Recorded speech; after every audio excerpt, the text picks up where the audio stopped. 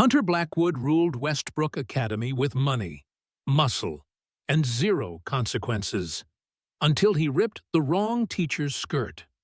In exactly 90 seconds, this quiet chemistry teacher would deliver a knockout so brutal it ended his 4-year reign of terror. What happened next didn't just go viral, it sparked a revolution.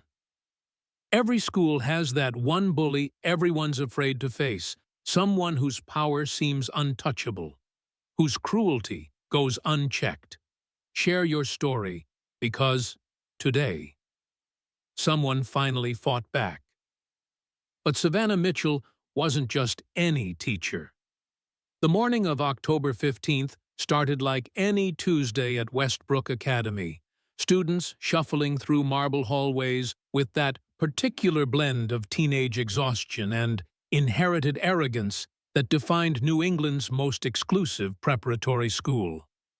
Savannah was reviewing her lesson plans for third period when the first incident occurred, though at the time it seemed like nothing more than typical adolescent posturing. At 7:30 a.m. golden autumn light streamed through Gothic windows onto polished floors that cost more per square foot than most people's monthly rent. Westbrook Academy stood like a monument to generational privilege, its ivy-covered brick buildings housing the children of senators, CEOs, and federal judges. The school motto, carved in Latin above the main entrance, read, "Excellence through tradition," though everyone knew the real tradition was buying your way out of consequences. Success statistics gleamed from trophy cases, 98% college acceptance rate, with 70% attending Ivy League institutions. What those numbers didn't show was how many students transferred out broken, how many teachers quit mid-semester, or how many incidents disappeared behind closed doors and generous donations. Savannah Mitchell had been teaching chemistry at Westbrook for exactly 3 days, not that anyone was counting except her. At 26, she possessed the kind of gentle demeanor that made students feel safe sharing their thoughts about molecular structures and periodic tables. Her auburn hair always pulled back in a practical ponytail, her cardigans soft and professional. What nobody knew, what she'd spent 3 years carefully hiding, was that beneath those flowing fabrics lay the lean, battle-tested physique of someone who once made grown fighters tap out in under 90 seconds. "Fresh start, Savannah," she whispered to herself while arranging lab equipment with methodical precision. "No more violence." The photo in her desk drawer showed a young woman with similar features, face partially hidden, but the hospital bracelet clearly visible on her wrist. Some promises were worth keeping, some secrets worth protecting. Hunter Blackwood's morning routine never varied. Expensive German sedan purring into the student parking lot at exactly 7:45 a.m. Designer clothes that cost more than most teachers' monthly salaries, and the automatic deference that came with having your name on the largest building on campus.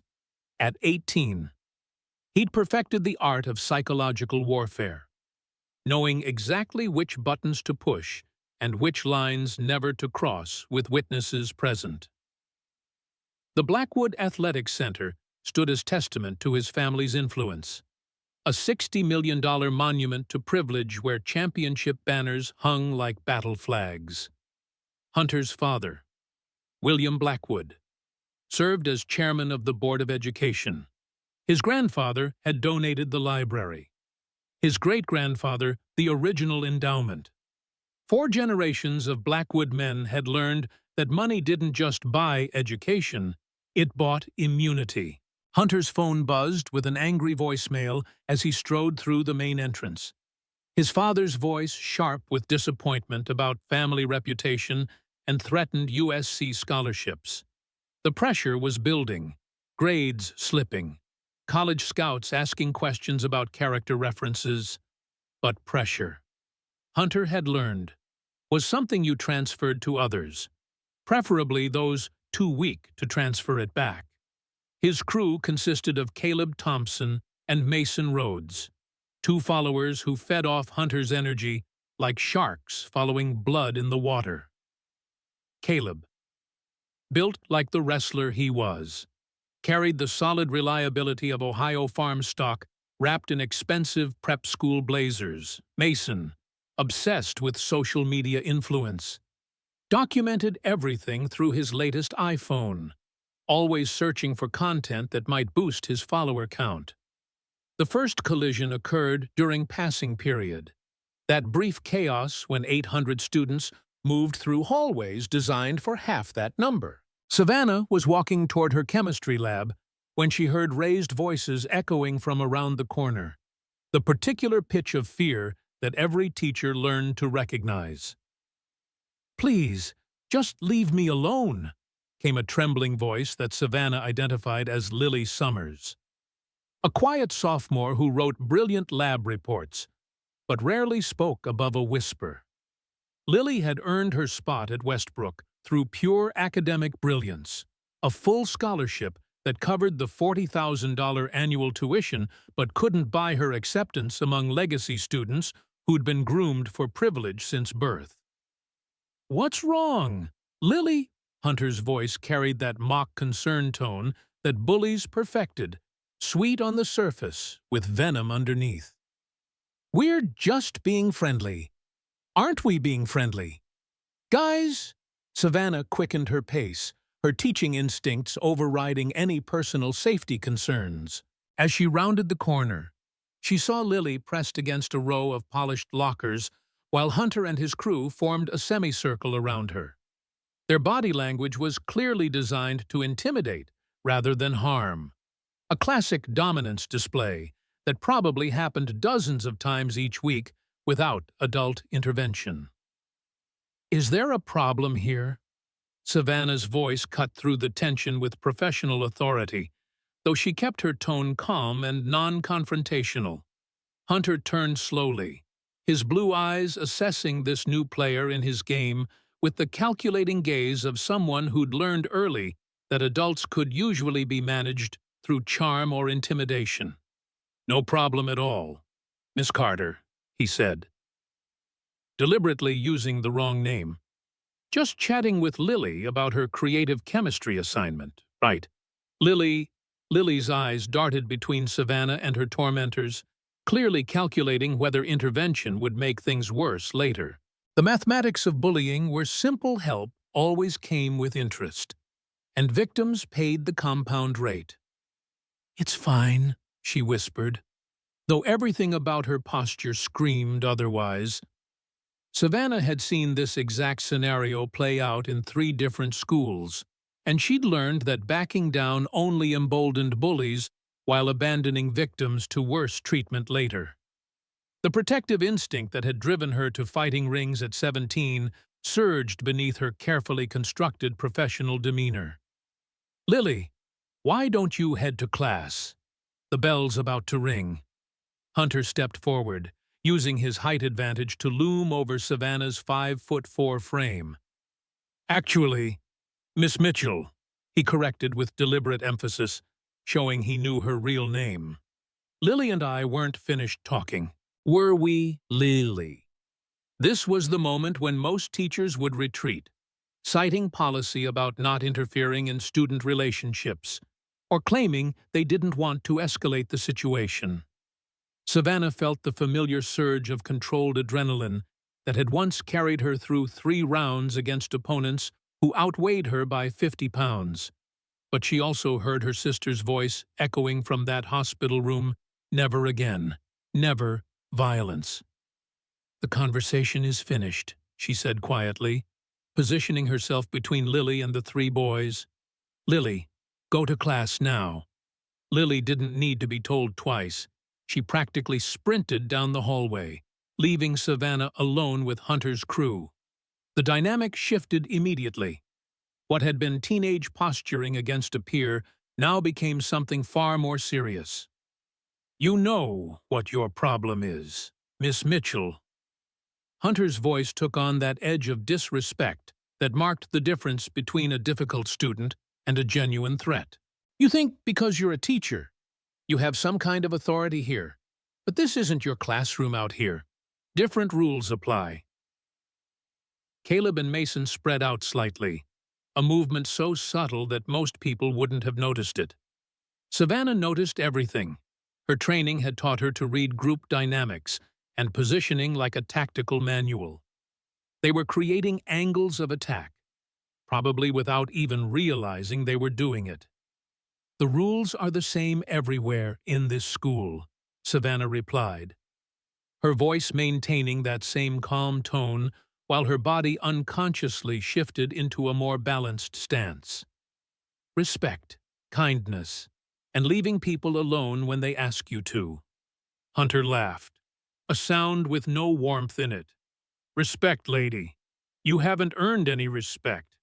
You've been here, what, 3 days? You don't know how things work at Westbrook Academy. Maybe it's time someone taught you." He took another step forward, close enough now that Savannah could smell his expensive cologne mixed with the particular scent of teenage aggression amplified by inherited entitlement.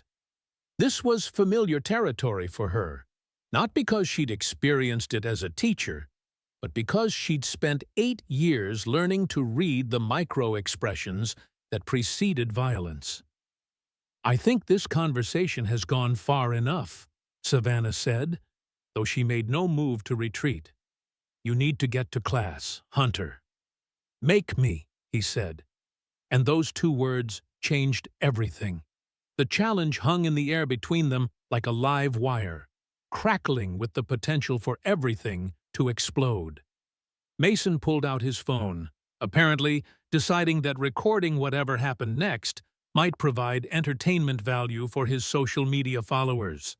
Caleb cracked his knuckles in what he probably thought was an intimidating display, unaware he was telegraphing nervous energy rather than genuine threat. From down the hallway, Grace Patterson watched through her vintage camera lens, quietly documenting what she'd witnessed for weeks. The 16-year-old had moved to Connecticut when her father took a position at a nearby manufacturing plant, bringing small-town Pennsylvania values that made Westbrook's casual cruelty seem like an alien culture. She'd been taking photographs since middle school, developing an eye for capturing truth that others missed. Savannah had 2 choices in that moment: back down and lose all credibility with every student who would hear about this by lunch, or stand her ground and risk revealing capabilities she'd spent 3 years keeping hidden. The choice became academic when Hunter reached out and grabbed her cardigan, his fingers twisting in the soft fabric as he prepared to demonstrate his power over another adult who dared challenge his authority. Time dilated the way it always had during her fighting days, everything slowing down while her mind processed options and outcomes with crystal clarity. Hunter was bigger and stronger, but he was also untrained and overconfident. His grip on her cardigan created leverage she could use against him. His forward momentum would become her weapon if she chose to use it. But the promise echoed louder than instinct: no more violence, no more fighting, no matter the provocation. "Hunter," she said softly, meeting his eyes with the kind of calm that confused people who expected fear. "Let go of my sweater." "Or what?" he sneered, tightening his grip. "You'll write me up, call my daddy. They'll just donate another wing to make it disappear."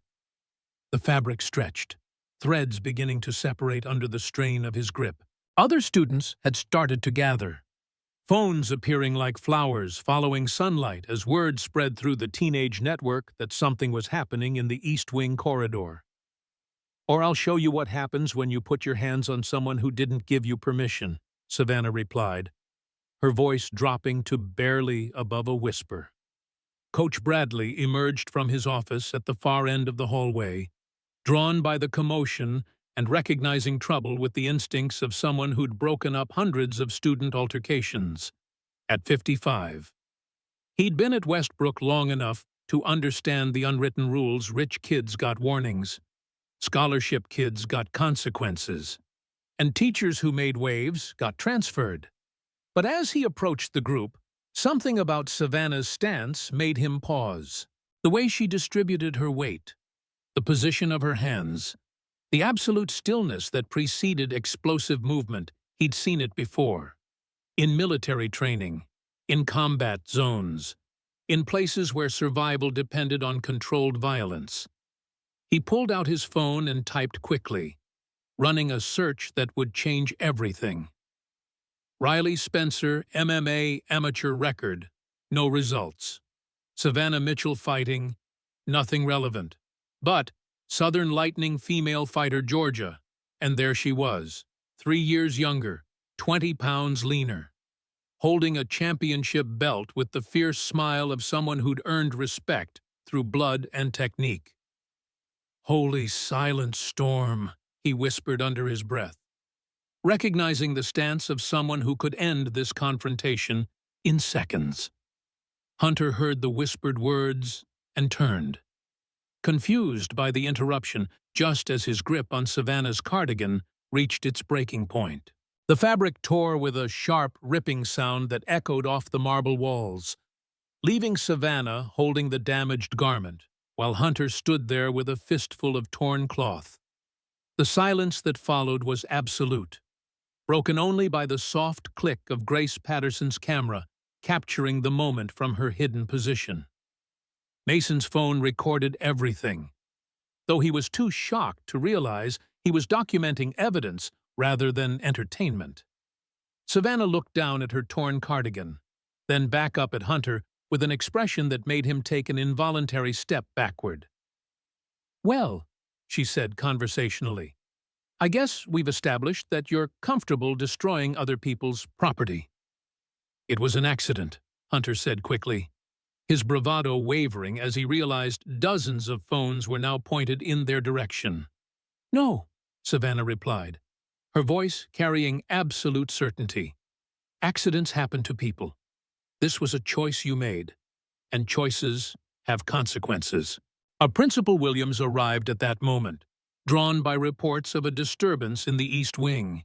At 48, he'd been running Westbrook for 6 years, long enough to develop the political instincts necessary to navigate between wealthy donors and educational standards. He saw the torn fabric in Savannah's hands, Hunter's defensive posture, and the crowd of students with their phones out. "Miss Mitchell," he said carefully, "could I see you in my office, please?" "Of course," Savannah replied, though her mind was racing through damage control scenarios. She'd known this day might come, had prepared for it mentally, if not emotionally. What she hadn't expected was for it to happen in a school hallway after defending a student from systematic harassment. As they walked toward the administrative offices, Savannah could feel eyes following her from every doorway. Word was already spreading through the student network with the speed that only teenage gossip could achieve. Phones buzzing with messages and questions that would reshape the entire social dynamic of Westbrook Academy. Grace Patterson slipped through the crowd, her camera bag heavy with evidence that would soon become more valuable than anyone realized. She'd been documenting Hunter's behavior for months, collecting proof that adults seemed determined to ignore. But this felt different, like watching a fault line shift before an earthquake. Coach Bradley remained in the hallway, watching Hunter and his crew disperse while students chattered excitedly about what they'd witnessed. He looked down at his phone screen, at the image of a young woman holding an amateur MMA championship belt, and realized that Westbrook Academy was about to learn what happened when unstoppable force met immovable object. In his office, Principal Williams closed the door and walked to his filing cabinet, pulling out a folder that made Savannah's blood run cold. Her real name was written across the tab in neat administrative handwriting, along with documentation she thought had been buried forever. "Savannah Southern Lightning Mitchell," he said, settling behind his desk with the satisfied expression of someone whose suspicions had just been confirmed. Former amateur mixed martial arts champion, 23 wins, 2 losses. Retired from competition 3 years ago after clearing your name in a doping scandal that was later proven false. The last of her carefully constructed facade crumbled, leaving her sitting across from a man who'd known her secret from the very beginning. "How long have you known?" "Since before I hired you," Williams admitted, leaning back in his chair. "Your background check flagged some interesting gaps in your employment history, and your references were a little too glowing for someone with no formal teaching experience. A few phone calls to the right people, and suddenly, everything made sense." "Then why did you hire me?" Williams opened the folder, revealing newspaper clippings, fight photographs, and what appeared to be a detailed dossier compiled over several years. "Because Westbrook Academy has a problem, Miss Mitchell. We have students like Hunter Blackwood who've learned that size and money can substitute for character and achievement. Traditional disciplinary methods don't work on kids who've never faced real consequences." He pulled out a photograph that made Savannah's hands clench into involuntary fists, showing Lily Summers with a black eye and split lip from 2 months earlier. This is what happened the last time a teacher tried to intervene in one of Hunter's encounters. Lily claimed she fell down the stairs. Hunter's crew provided alibis, and nothing could be proven. That teacher transferred to another district 2 weeks later. Savannah studied the photograph, feeling the familiar surge of protective anger that had driven her to step between predators and victims since childhood. The same instinct that had led her sister to that hospital bed. The same fury that had taken years of therapy to control. "So you hired me as what, some kind of undercover bodyguard? I hired you because you're qualified to teach chemistry, and because you have the unique combination of skills necessary to create a safe learning environment for students like Lily. What happened in the hallway today was unfortunate, but it was also inevitable." Before Savannah could respond, her phone began buzzing with notifications. Text messages, missed calls, and social media alerts flooded her screen faster than she could process them. Mason's video had gone live, and the internet had apparently decided that a prep school teacher getting her cardigan ripped was exactly the content it had been waiting for. "It looks like the choice has been made for us," Williams observed, watching Savannah's phone light up like a Christmas tree. "The question now is how we manage the narrative, and whether you're prepared for what comes next." But there was something else Williams needed to tell her. Something that would explain why Hunter acted the way he did, and why this incident was about to become far more dangerous than a simple disciplinary matter. "There's more you need to know about Hunter Blackwood," he said, his tone becoming serious. "About why he behaves the way he does, and why your intervention today might have consequences none of us anticipated." He pulled out another file, this one thicker and marked with official seals that Savannah recognized as police and social services documentation. Hunter's academic performance has been declining for 2 years, ever since his father started pressuring him about maintaining the family legacy. William Blackwood expects his son to attend USC on a football scholarship, then Harvard Law, then a position in the family's investment firm. The pressure has been intense. Savannah felt a familiar chill as Williams continued, already dreading what the file would reveal about the dynamics that created bullies from victims. "Hunter's been acting out at home as well as school, and there have been incidents. Nothing that could be proven, but patterns that concern those of us who know what to look for." The pieces clicked into place with horrible clarity.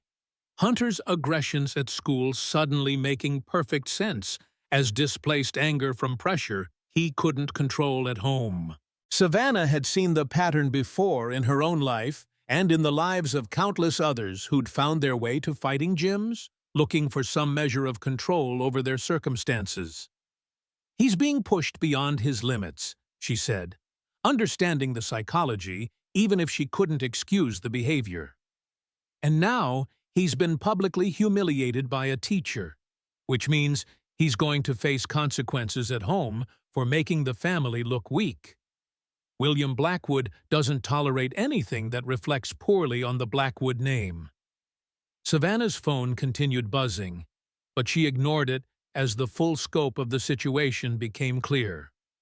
A teenager under crushing pressure had just been embarrassed in front of his peers, documented on social media for the world to see.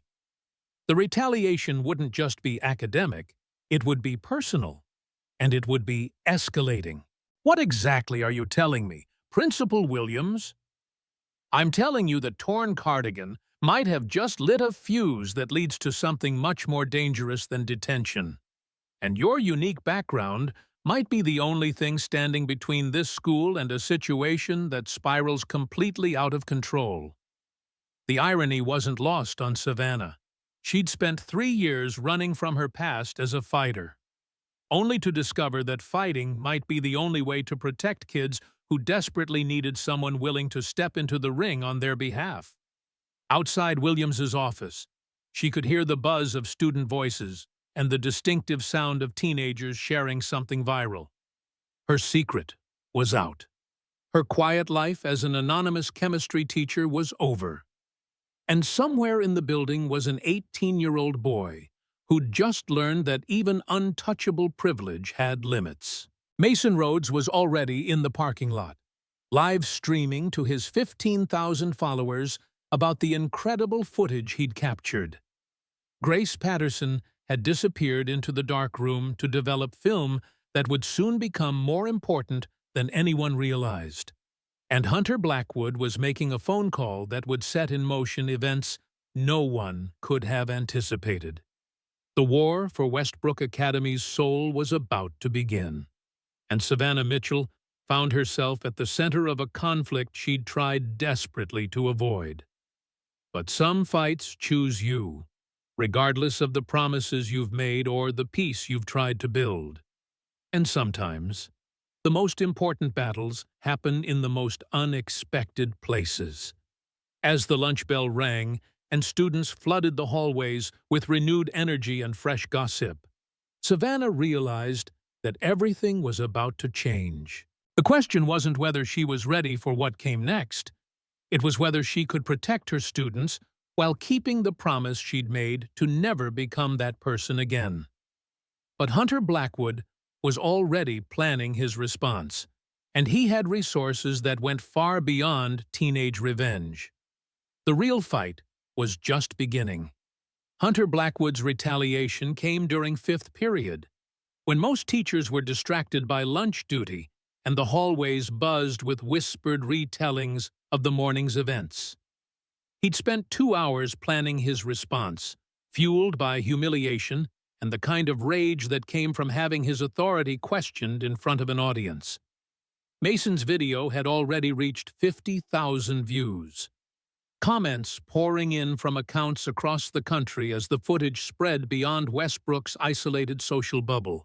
Hunter watched his public image crumble in real time, each laugh-crying emoji feeling like a personal attack on everything he'd built over 4 years of careful intimidation. The plan was simple: catch Savannah alone, escalate beyond mere verbal confrontation, and document her weakness for the same audience that had witnessed his embarrassment. What Hunter didn't know was that Grace Patterson had spent lunch periods setting up hidden cameras in strategic locations, her photographer's eye choosing angles that would capture truth rather than propaganda. Savannah emerged from Principal Williams's office at 1:15 p.m., her mind still reeling from revelations about Hunter's home situation and the weight of secrets she'd thought buried forever. The hallway felt different now, charged with an electricity that made her training instincts hum beneath her professional composure. She was heading toward the faculty lounge when she heard the footsteps behind her, deliberate and measured, designed to be noticed rather than concealed. Hunter's voice carried that particular tone of controlled fury that every fighter learned to recognize the sound of someone who'd moved beyond posturing into genuine threat territory. "Miss Mitchell," he called out, his words echoing off marble walls with careful enunciation. "I think we need to finish our conversation." Savannah turned slowly, keeping her movements calm and non-threatening while her peripheral vision catalogued exits and obstacles. Hunter approached with Caleb and Mason flanking him, but their body language had shifted from casual confidence to something harder and more focused. "I believe we said everything that needed saying," Savannah replied, her voice carrying the same professional tone she'd maintained all morning, despite the growing tension crackling between them. "No," Hunter said, stopping just outside arm's reach. "I don't think you understand how things work here. When someone disrespects the Blackwood name, there are consequences. My father built this school. My family's money pays your salary. And you just made the biggest mistake of your very short career."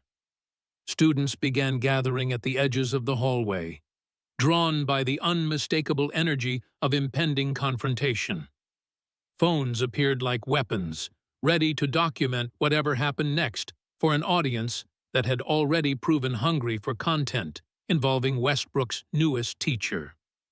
"Hunter," Savannah said quietly, "whatever pressure you're feeling at home, whatever expectations you're struggling to meet, taking it out on other people won't solve anything.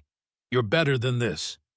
The compassion in her voice seemed to hit Hunter like a physical blow, his carefully constructed mask of arrogance cracking to reveal something raw and desperate underneath. For a moment, he looked like what he really was, an 18-year-old boy, drowning under the weight of generational expectations he'd never chosen. But vulnerability felt too dangerous.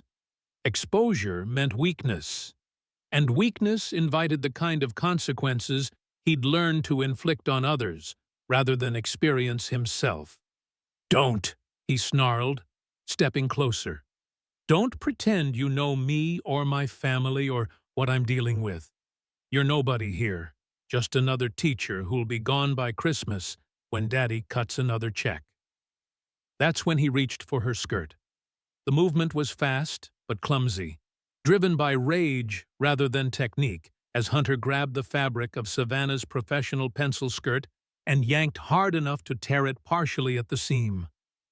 The sound of ripping cloth seemed to echo impossibly loud in the suddenly silent hallway. Dozens of phones capturing the moment when a prep school prince crossed the line from harassment into assault. Time didn't just slow, it crystallized. Savannah felt every synapse fire with perfect clarity as 3 years of careful self-control shattered like glass. Her sister's voice echoed from that hospital room, "Never again. Never let them win." But this time, the words carried a different meaning. Sometimes keeping promises meant breaking others. Sometimes protection required the very violence you'd sworn to abandon. Hunter's eyes widened as he realized he'd grabbed something more dangerous than fabric. He'd grabbed the attention of someone who'd spent 8 years learning to end conflicts decisively and permanently. Savannah's response was poetry written in physics and punctuated with precision. Her right hand snapping forward in a perfect cross that caught Hunter's jaw at the exact moment his brain registered that he might have made a terrible mistake. The impact was clean and devastating. 23 professional victories compressed into a single moment of absolute technical excellence.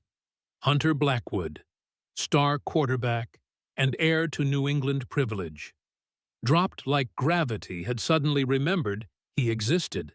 His 6'3" frame hitting the marble floor with a sound that would echo in viral videos for years to come. The silence that followed was absolute, broken only by the soft thud of phones hitting the ground as students forgot to maintain their grip on devices that had just recorded the impossible. Mason's live stream captured everything from the perfect angle. Hunter's unconscious form sprawled across polished stone, while Savannah stood above him with the calm expression of someone who'd just solved a complex equation. "Holy shit," whispered a sophomore, whose voice hadn't finished changing. the words carrying across the hallway like a prayer to whatever gods governed teenage social hierarchies. Savannah knelt beside Hunter's motionless form, her fingers finding his pulse with the professional competence of someone who'd learned emergency medical procedures alongside fighting techniques. Strong and steady, he'd be fine, except for his ego and possibly his career prospects. "He'll have a headache when he wakes up," she announced to the gathered crowd, her voice carrying that same calm authority she'd maintained throughout the confrontation. And hopefully, a new perspective on consent and personal boundaries. Grace Patterson emerged from her hiding spot behind a trophy case, her vintage camera having captured angles that Mason's frantic phone work had missed. The photography student had documented months of Hunter's systematic harassment, but this felt like watching history pivot on a single moment of justified resistance.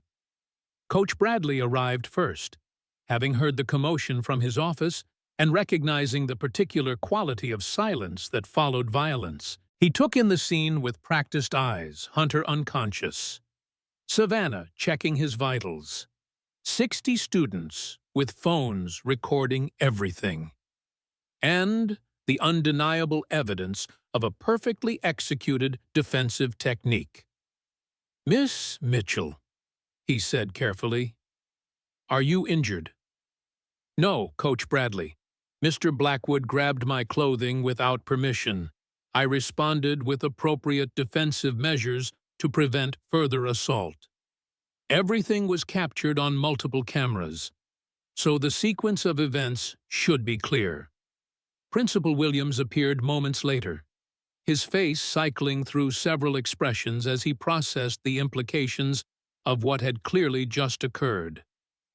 Hunter Blackwood lying unconscious in his school's hallway represented either the beginning of Westbrook's transformation or the end of his administrative career, possibly both. "Everyone back to class," he announced with authority that surprised no one more than himself. "Now." The crowd dispersed slowly, students clutching phones that contained footage destined to reshape not just Westbrook's social dynamics, but the national conversation about teacher safety and student accountability. Mason's live stream had peaked at 12,000 simultaneous viewers. Grace's photographs would soon become evidence in legal proceedings that would make headlines across the country. As Hunter regained consciousness in the nurse's office 20 minutes later, he discovered that his world had fundamentally changed. The video had exploded across every social media platform, 50 million views, and climbing as news outlets picked up the story of a prep school teacher who'd knocked out the school's star quarterback in apparent self-defense. But the real transformation was happening in places cameras couldn't reach, in whispered conversations between students who'd spent years accepting harassment as normal, in faculty meetings where teachers finally felt permission to report incidents they'd previously ignored, in Board of Education emergency sessions where William Blackwood's influence suddenly seemed less absolute. Lily Summers stood straighter in the hallways, her posture reflecting newfound confidence that someone would actually intervene if she faced harassment again. Caleb Thompson had a long conversation with his wrestling coach about the difference between strength and bullying, his Midwest values finally finding voice in an environment that had previously rewarded silence. Grace Patterson submitted her photographic documentation to the district attorney's office, her evidence triggering investigations that would ultimately expose systemic corruption reaching far beyond Westbrook's ivy-covered walls. Mason Rhodes pivoted his social media presence toward documenting positive school stories, his viral video having taught him the difference between entertainment and exploitation. 3 months later, Savannah stood before a congressional hearing on educational safety, her testimony helping craft legislation that would bear her name and protect teachers nationwide. Hunter Blackwood had transferred to a therapeutic boarding school in Montana, his family's influence insufficient to overcome documented evidence of assault captured by dozens of cameras. But perhaps the most important change was the simplest one. Westbrook Academy had become a place where students looked out for each other instead of preying on the vulnerable. Savannah's willingness to fight when fighting was necessary had somehow created an environment where fighting was rarely needed. As she packed up her classroom on the last day of the school year, Savannah found a note that Grace Patterson had left on her desk. "Thank you for showing us that real strength protects instead of destroys. I'm going to spend the rest of my life documenting truth instead of hiding from it." Savannah smiled as she tucked the note into her bag, alongside dozens of others, from students whose lives had been changed by witnessing what happened when someone finally refused to back down. Every classroom, every hallway, every workplace has someone waiting for permission to be brave. Someone whose story of standing up, whether quiet or loud, matters more than they know. Because courage, like kindness, spreads faster than cruelty ever could. Your story matters. Your voice counts. And sometimes the most extraordinary transformations begin with one person's refusal to let injustice stand unchallenged. What started as a ripped skirt in a prep school hallway had become a movement, proving that sometimes the most powerful person in the room is the one who chooses to use their power to protect others rather than themselves. And in classroom C205, the lessons continued long after the cameras stopped rolling, because the most important education happens when students learn not just how to succeed, but how to stand up for what's right. 2 years after that October afternoon when everything changed, Savannah received a phone call that brought tears to her eyes.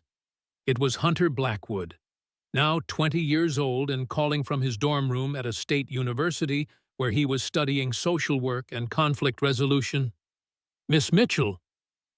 His voice carried the humility of someone who'd found his true calling through the hardest possible path. "I wanted you to be the first to know.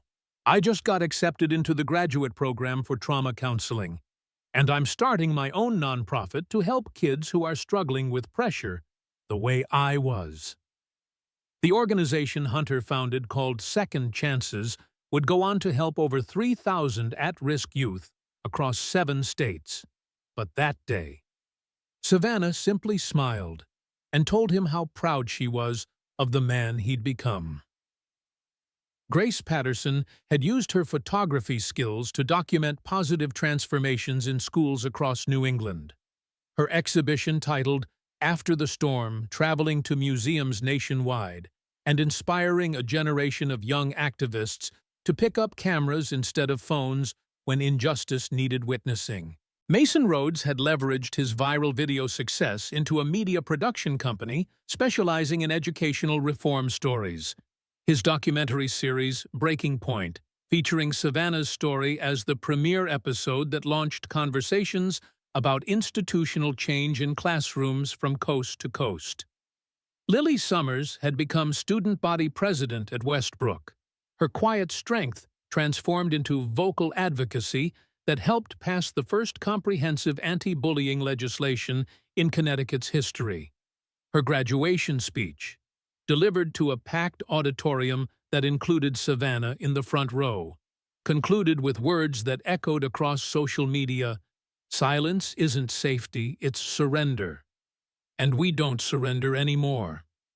But perhaps the most remarkable transformation belonged to Caleb Thompson, who'd parlayed his wrestling skills into coaching at-risk youth while completing his teaching degree.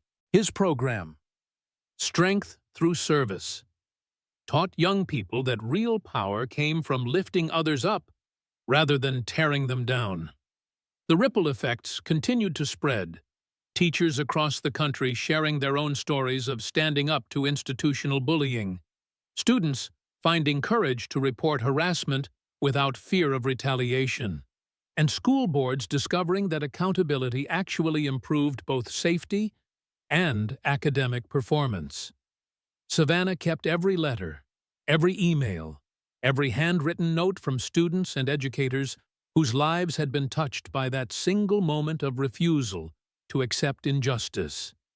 Each message reminded her that heroism wasn't about perfect fighting techniques or viral videos. It was about the decision to act when action mattered most. The warehouse where her sister had been assaulted had been converted into a community center offering free self-defense classes and counseling services, a physical reminder that even the darkest places could become sources of light when good people refused to look away. And every day in classrooms and hallways across America, teachers like Savannah Mitchell continue to prove that the most powerful weapon against cruelty isn't policy or programs, it's the unwavering belief that every student deserves to feel safe, valued, and protected. Because sometimes the greatest lessons aren't found in textbooks, but in the courage to stand up when standing up matters most.